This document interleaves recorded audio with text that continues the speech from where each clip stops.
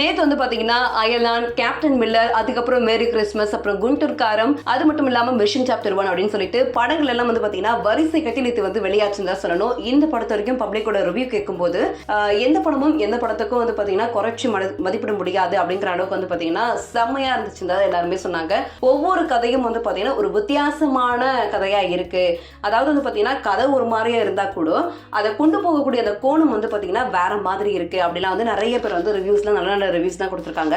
So இதுல எந்த படத்தை பார்க்கலாம் அப்படிங்கிற உங்களுக்கு டவுட் இருக்கா? மறக்காம எல்லா படத்தையும் பாருங்க, ஏன்னா எல்லா படமும் நல்லா இருக்கு.